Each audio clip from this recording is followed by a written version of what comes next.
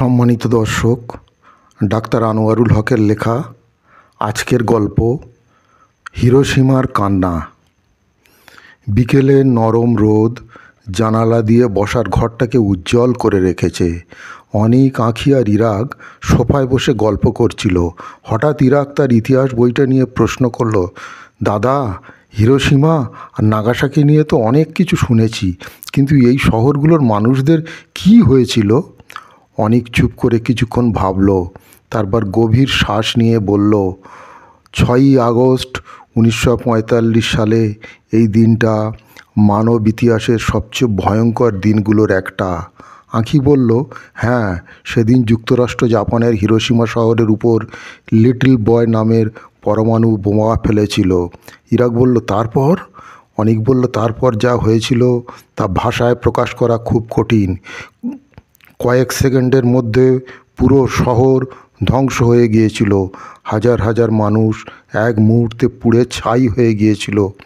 আঁখি বলল, যারা বেঁচে গিয়েছিল তাদের শরীর আগুনে ঝলসে গিয়েছিল, অনেকের চামড়া গলে পড়েছিল আর অনেকেই ভয়ঙ্কর বিকিরণের শিকার হয়েছিল। ইরাক বললে, তাহলে কি তারা কখনো সুস্থ হতে পারেনি? অনেক বলল, অনেকেই পারেনি। বোমার বিকিরণ বহু বছর ধরে প্রভাব ফেলেছে। অনেক শিশু বিকলাঙ্গ হয়ে জন্ম নিয়েছে, অনেক মানুষ ক্যান্সারে আক্রান্ত হয়েছে। আঁখি বলল, আর সবচেয়ে কষ্টের ব্যাপার হলো, মাত্র 3 দিন পর 9ই আগস্ট 1945-এ নাগাসাকির উপর দ্বিতীয় বোমা ফেলা হয়েছিল। ইরাক বলল, কিন্তু যুদ্ধের প্রয়োজন তো এটা করা হয়েছিল, তাই না?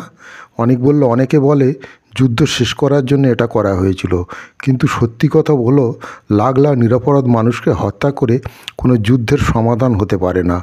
আঁখি বলল, হিরোশিমা আজও কান্না করে। প্রতি বছর 6ই আগস্ট সেখানে শান্তির ঘণ্টা বাজানো হয়, যেন পৃথিবী কখনো এই ভুল না করে আবার। ইরাক বলল, তাহলে কি এখনও সেখানে মানুষ থাকে? অনেক বলল, হ্যাঁ, এখনও হিরোশিমা নতুন করে গড়ে উঠেছে, কিন্তু মানুষ আজও সেই দুঃসহ স্মৃতি বয়ে বেড়ায়। তারা চায় যেন পৃথিবীতে আর কখনো যুদ্ধ না হয়, কেউ যেন পরমাণু অস্ত্র ব্যবহার না করে। ইরাক বলল, দাদা, আমরাও তো প্রতিজ্ঞা করতে পারি যে আমরা শান্তির পক্ষে থাকবো, তাই না? আঁখি বলল, হ্যাঁ, আমরা যদি ঘৃণা না ছড়িয়ে ভালোবাসা ছড়াই, তাহলে হয়তো একদিন সত্যিই একটা শান্তিময় পৃথিবী গড়ে উঠবে। 3 ভাই বোন চুপ করে রইল। ঘরের নীরবতা যেন অনেক কিছু বলছিল। হিরোশিমার কান্না আজও বাতাসে ভাসছে, আমাদের মনে করিয়ে দিচ্ছে শান্তির প্রয়োজনীয়তা।